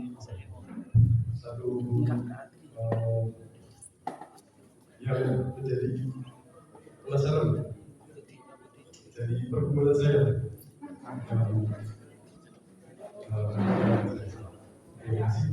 Ya. Kemana Yesus mulai dari umur 12 sampai 30 tahun? Kenapa tidak diceritakan Alkitab? Meskipun Yohanes mengatakan bahwa ada banyak hal yang diperbuat oleh Yesus Kristus, tapi langit dan bumi itu tidak akan sanggup menanggung. Ya.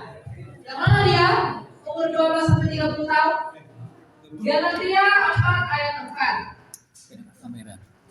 1, 2, Karena dia 3. ayat yang 1, 2, 3. namun setelah Kita lepon YouTube. waktunya, Allah Ongkos mengutus kamera. anaknya Ongkos nyetel. yang Oh, lahir alah. dari seorang Ono, perempuan terima kasih ya. dan ibu. Makelas, Dan makelas. takluk kepada Boleh ya? hukum. Kalau Yesus Kristus takluk kepada hukum Taurat, artinya dia akan hidup menurut aturan Taurat itu. Dan di dalam Taurat lah usianya yang 12 sampai 13. Terima kasih ya. Ya Pak. Umur 12, umur 15, Yesus Kristus naik ke panggung sinagoga untuk melakukan ayat hukum Taurat. Kemudian ketika dia menginjak usia yang ke-20 tahun, dia harus mengikuti pendidikan Taurat. Waktu itu di dalam masa orang Yahudi ada 2 rumah belajar yang terkenal, yaitu Beit of Hillel dan Beit of Shammai. Hillel dan Shammai. Dan dia harus belajar rabi. Orang sembarangan nggak bisa disebut rabi. Dan Yesus punya 12 murid. Orang yang disebut rabi adalah orang yang selama 10 tahun itu ikut di rumah belajar itu. Jadi dia tidak kemana-mana. Ada yang bilang dia ke India, ada yang bilang dia ke Jepang, ada yang bilang dia ke mana. Dia tetap di sana. Dia berada masuk orang tuanya di Nazaret. Dia belajar, dia takluk pada hukum Taurat. Dan kemudian setelah dalam waktunya, dia sempurna, dia taat mengikuti hukum Taurat. Hingga pada akhirnya dan mengakhiri pencapaiannya di atas Taurat. Cukup baik. Oke. Terus sebentar dari Malang itu mau pulang, mau tak sebentar. Ayo Malang, ayo semua tim Malang. Yang dari Malang. Ayo semua dari Malang. Tolong foto nih. Mi. Bis cek nonton. Malah saya mau pulang ya. Bisa dibutuhkan.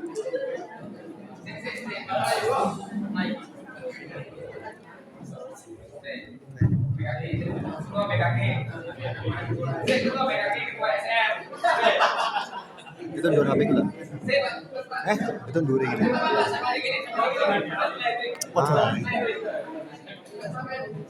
Tiga, dua. Pak Prayogo nggak kelihatan. Pak Yugo ngajak Pak Yugo. Nggak kelihatan.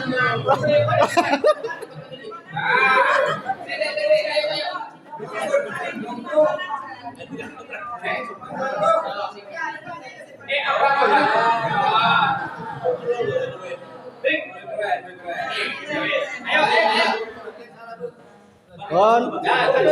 Oke. 3, 2, 1. Lagi. 2, 3, 1. 1, 2, 3. Oke.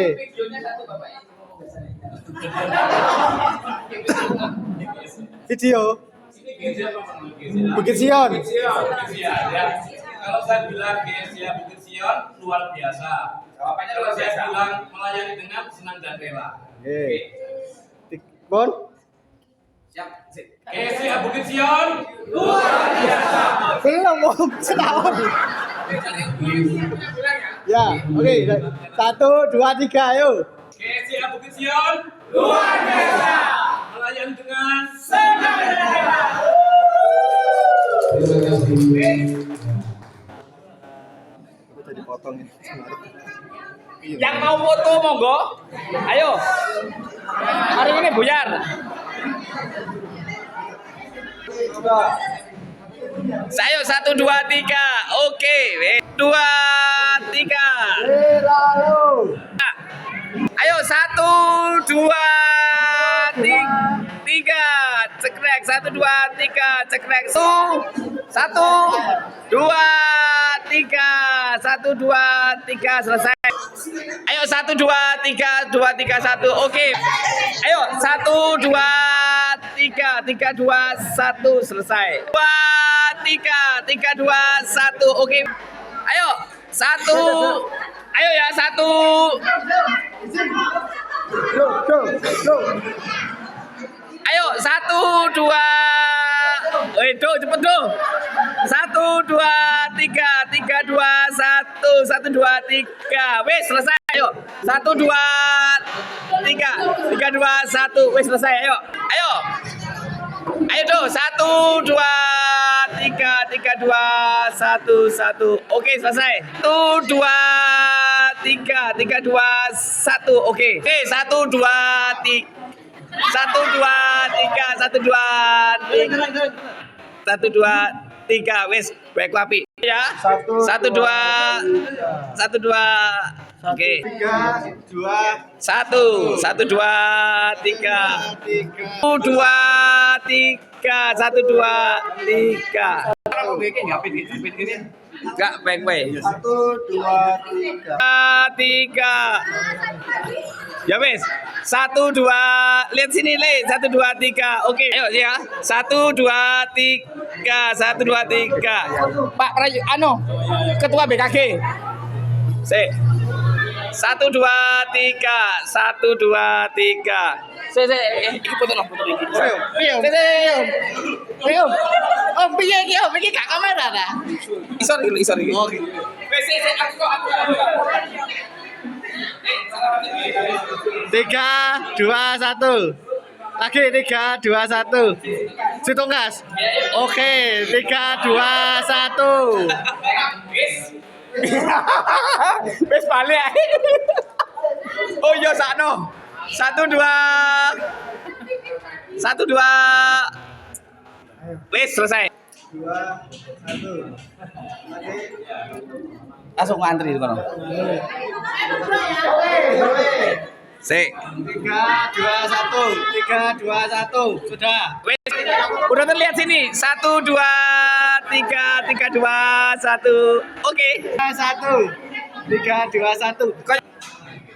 Oke. Ada penampakan Om, ini Om. Jam 4 itu mereka bisa maksimal ya data. Ini kita berdasarkan kesehatan. Tempatnya di pantai Tanjung Priok. Ada hallnya. Muat berapa, Pak? 1000 muat. Malang Selatan. Iya, Malang Selatan. Narkoba sama perkawinan Muslim. Orang Kristen. Ya lama sih kami berkumpul. Makanya kami datang ke sini untuk memastikan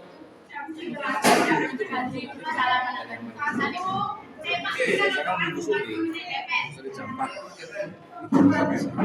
1, 2, 3. 1, 2, sisa 2. Oke, 1, 2, 3. Oke. 1, 2, 3, 2, 1. Wes, ayo. Spasi. Wes. Gini loh. Yo, 1, 2. Oke, ayo 1, 2.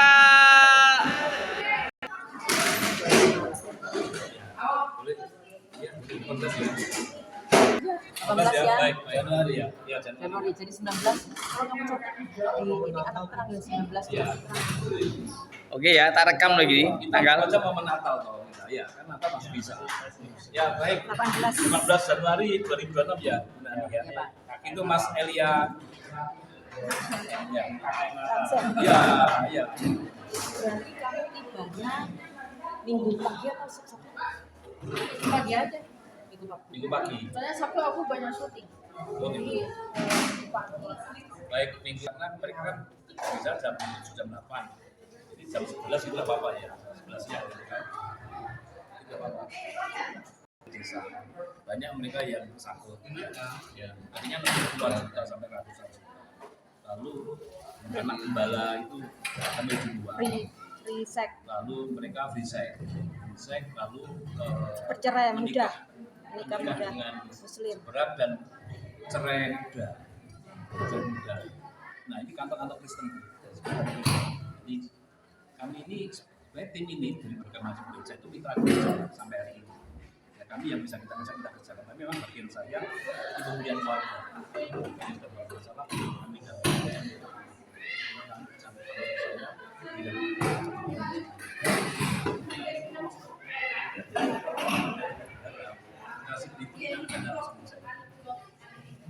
tadi karena harta kebanyakan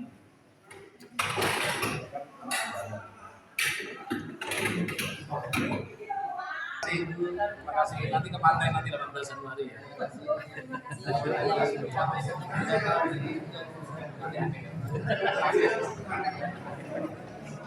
Makan dulu.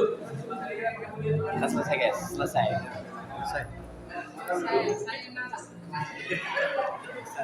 Guys, ayo makan.